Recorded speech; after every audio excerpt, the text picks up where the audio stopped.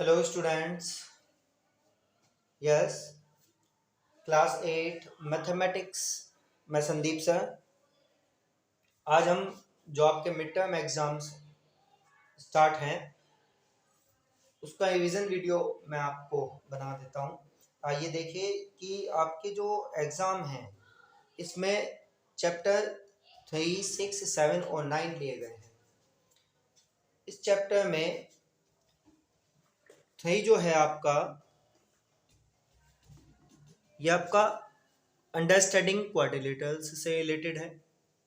साथ ही साथ आपका 6 squares and square roots, cubes and cube roots और 9 है आपका एल्जेब्रिक एक्सप्रेशंस एंड आइडेंटिटीज।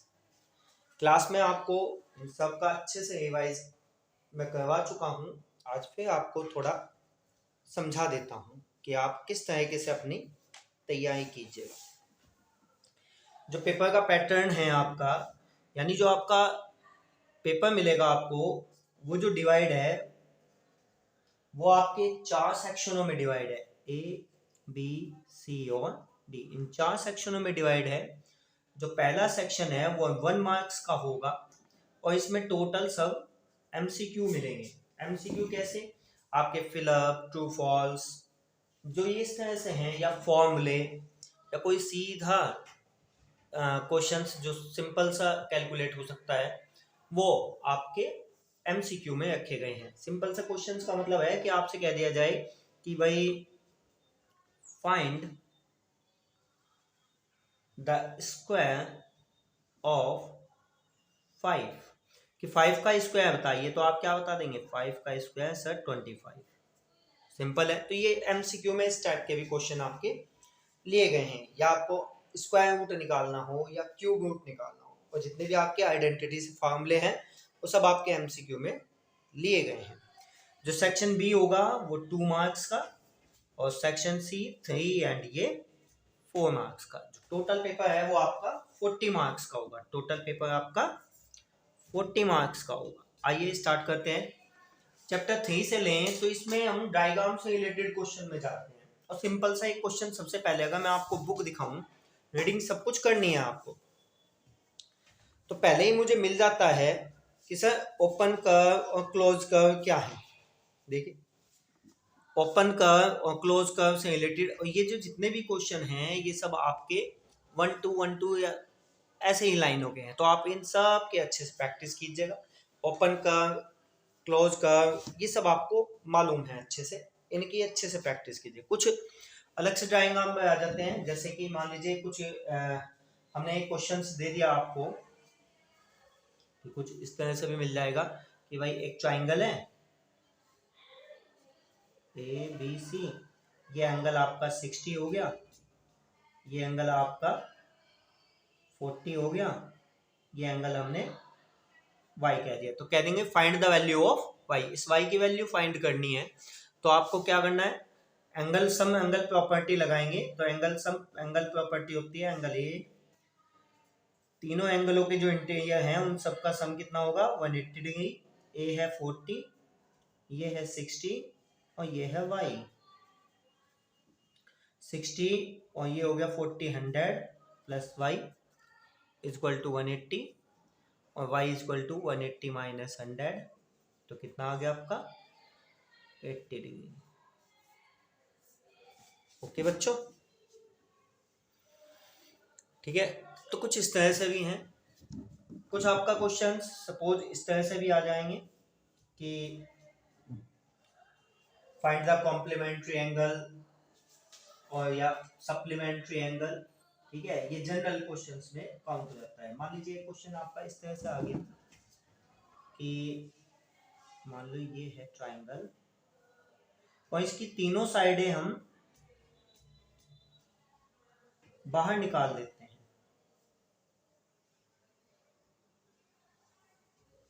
ये इधर हो गई और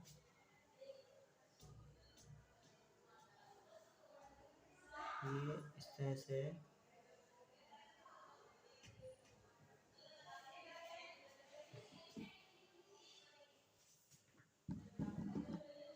ये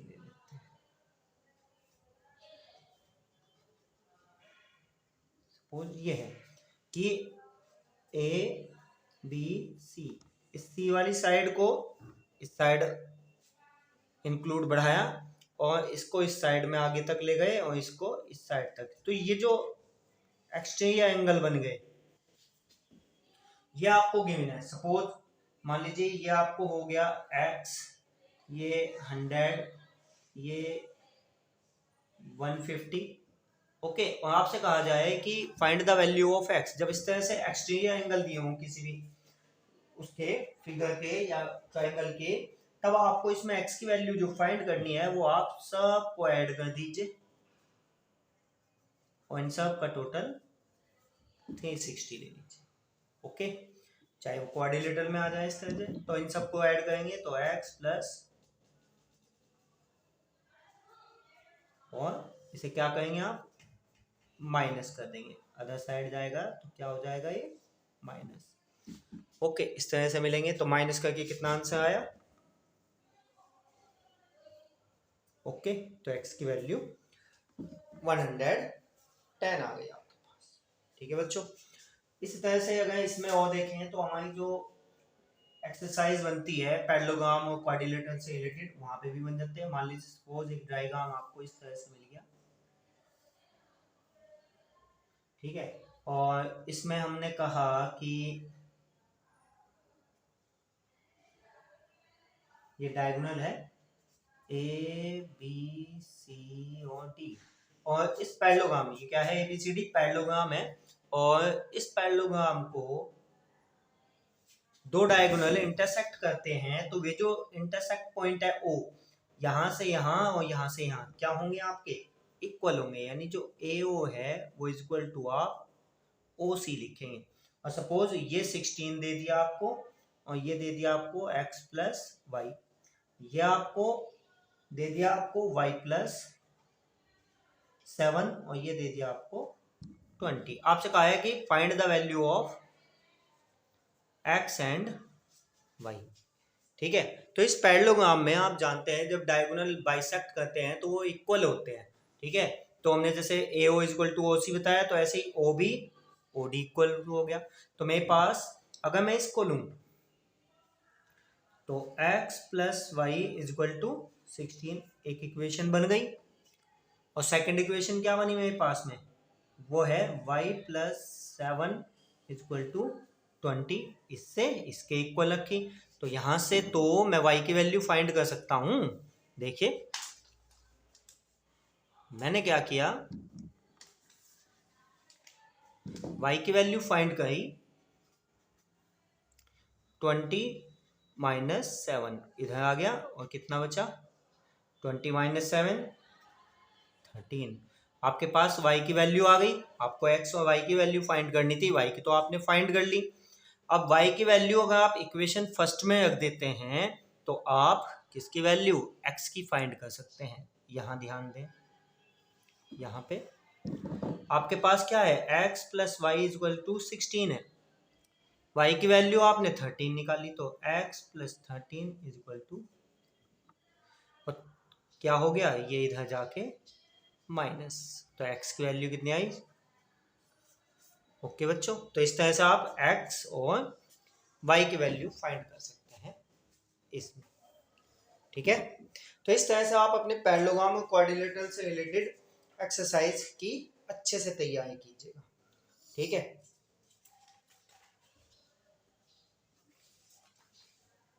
मोस्ट इंपोर्टेंट चैप्टर है ये आपके पास में, जो अभी अभी आपको समझाया गया है। चैप्टर 3, चैप्टर 6 और 7 ये दोनों कॉमन मिलते हैं आपके पास में। आइए, जैसे कि मान लीजिए कोई क्वेश्चन आ जाएगा कि चैप्टर 6 में कि फाइंड द स्क्वायर ऑफ 11, तो आपसे पूछ लेगा भाई स्क्वायर फाइंड कीजिए, तो क्या होगा इसका आंसर 11 का स्क्वायर यानी 121, जिसकी जितनी पावर उसे उतनी बार मल्टीप्लाई कर लीजिए। यदि आपको याद है ये स्क्वायर तो आप सीधा डायरेक्ट लिख दीजिए। और यदि लेकिन अगर इसी का ही क्वेश्चन ये इस तरह से आ जाए, find the square root of 144 digit कुछ भी हो सकती है वहां, देखिए डिजिट कुछ भी हो सकती है, ठीक है। स्क्वायर रूट फाइंड करना है तो इसका मतलब क्या हुआ, ये इसके आप फैक्टर कर लीजिए। अगर आपको स्क्वायर याद है तो आप डायरेक्ट भी कर सकते हैं, जैसे कि ये देखिए 144 जो स्क्वायर बनता है वो 12 का बनता है, मुझे याद है, और भी आपको याद है तो आप भी सीधा कर सकते हैं। तो कितना हो गया इसका आंसर, सीधा इसका आंसर हो गया 12। स्क्वायर रूट में पेयर्स बनाइए, उनमें से एक बाहर निकाल दीजिए, ठीक है। या आपको याद नहीं है सपोज, तो आप स्मॉल फैक्टर कर लीजिए इस तरीके से, 2 7 जा 14, 2 2 जा 4, 2 3 जा 6, 2 6 जा 12, 2 1 जा 2, 2 8 जा 16, 2 9 जा 18, 3 3 जा 9 और 3 1 जा 3। तब आप इसके फैक्टर रख दीजिए अंदर, तो आपके पास क्या बनेंगे, यहाँ पे भी पेयर्स बन रहे हैं। सब में से एक एक बाहर निकाल लीजिए, 2 2 जा 4, 4 3 जा 12, तब भी आंसर आपका यही आएगा। दोनों मेथड है आपके पास, बिल्कुल यही आपका क्या बनता है, क्यूब रूट में और क्यूब में बनता है। कि आपसे अगर कह दिया जाए कि फाइंड द क्यूब ऑफ 5, ठीक है, तो आंसर क्या होगा, क्यूब ऑफ 5 यानी 5 की पावर 3, तो 5 मल्टीप्लाई 5 मल्टीप्लाई 5, तो आंसर कितना आ गया आपका 125। और सपोज आपके पास में अगर ये कह दे कि भाई आप इस तरीके से क्यूब रूट निकालिए, ठीक है, कितने का हो गया मान लीजिए,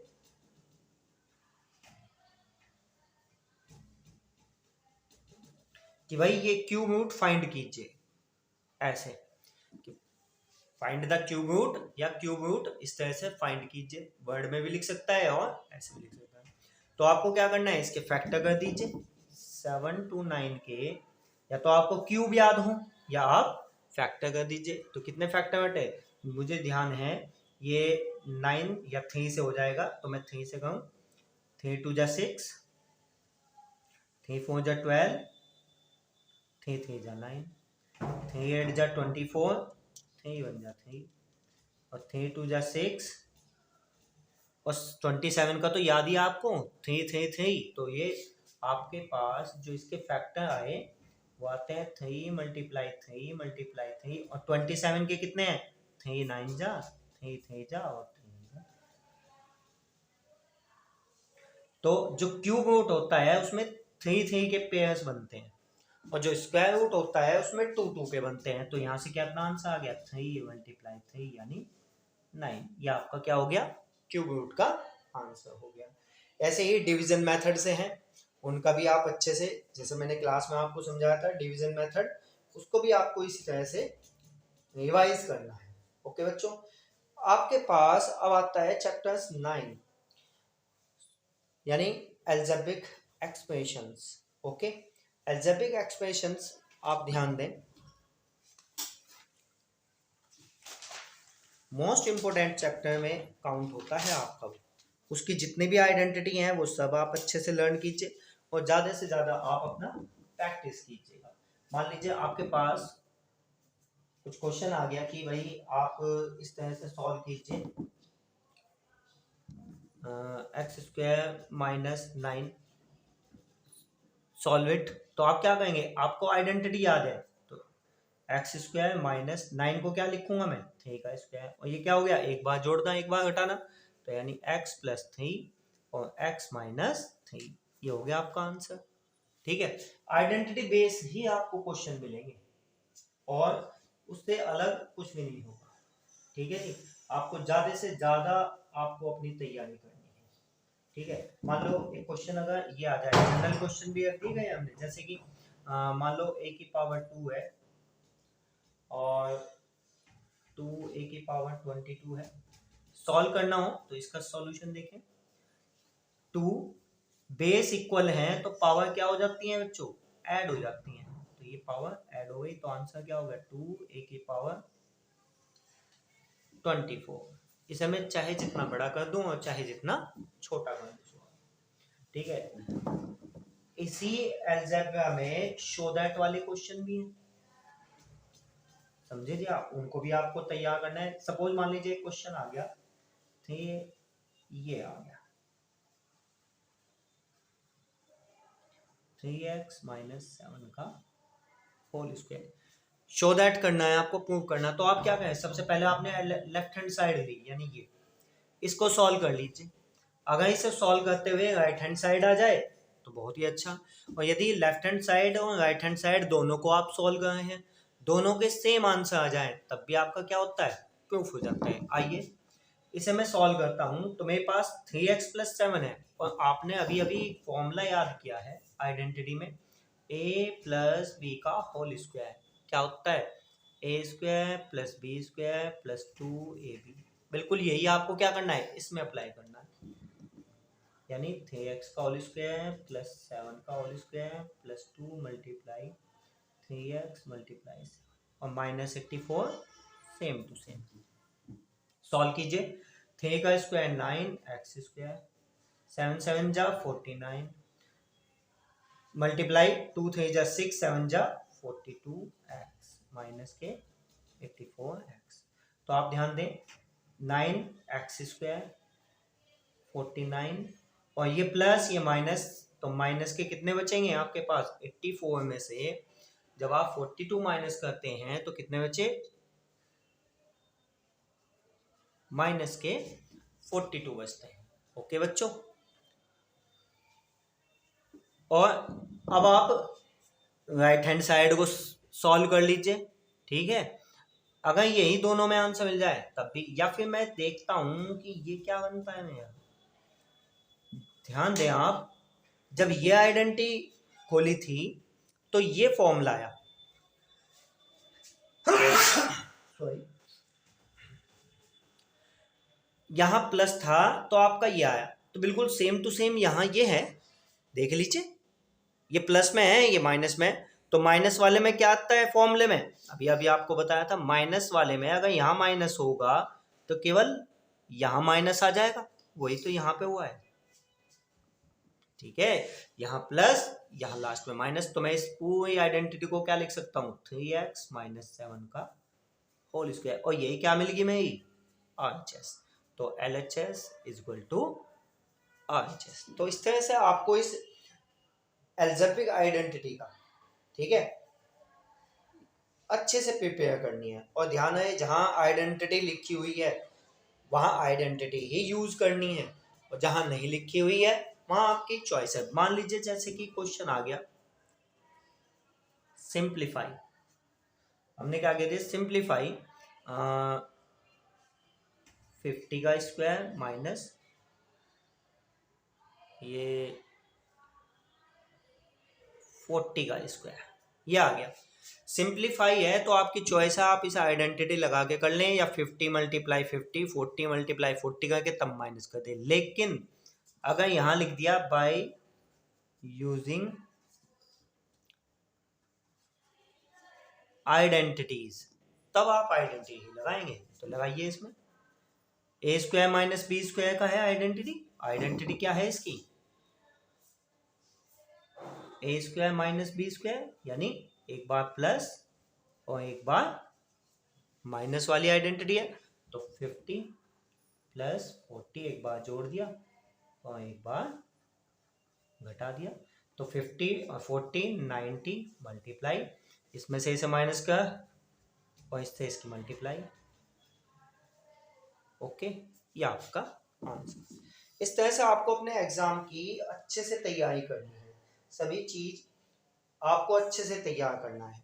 इसी में एक क्वेश्चन पाइथागोरियन ट्रिपलेट का भी आता है, ओके, पाइथागोरियन ट्रिपलेट का भी आता है, मोस्ट इंपोर्टेंट क्वेश्चन है एग्जाम, वो हमारे कंपटीशन के एग्जामों में भी आ जाता है बच्चों, ठीक है। तो वो आपको मैं आज रिवाइज करा देता हूँ, ठीक है। मान लीजिए आपके पास क्या है क्वेश्चन, पाइथागोरियन ट्रिपलेट निकालना है किसी का,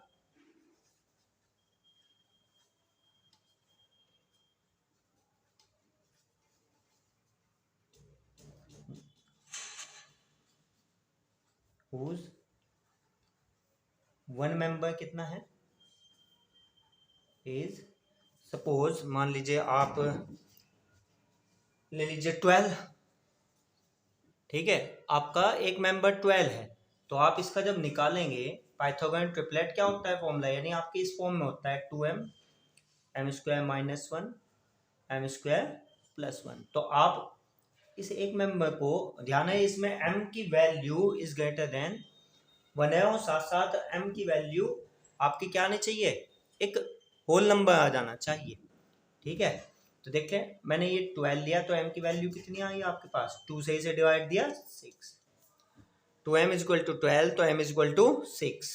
ओके, तो अब फर्स्ट 2m, 2 मल्टीप्लाई m की वैल्यू कितनी 6, 6 टू जा 12। सेकंड मेंबर है आपका m स्क्वायर माइनस 1, यानी m की वैल्यू है 6, 6 का स्क्वायर माइनस 1, 6 का स्क्वायर 36 माइनस 1, तो कितना आ गया 35।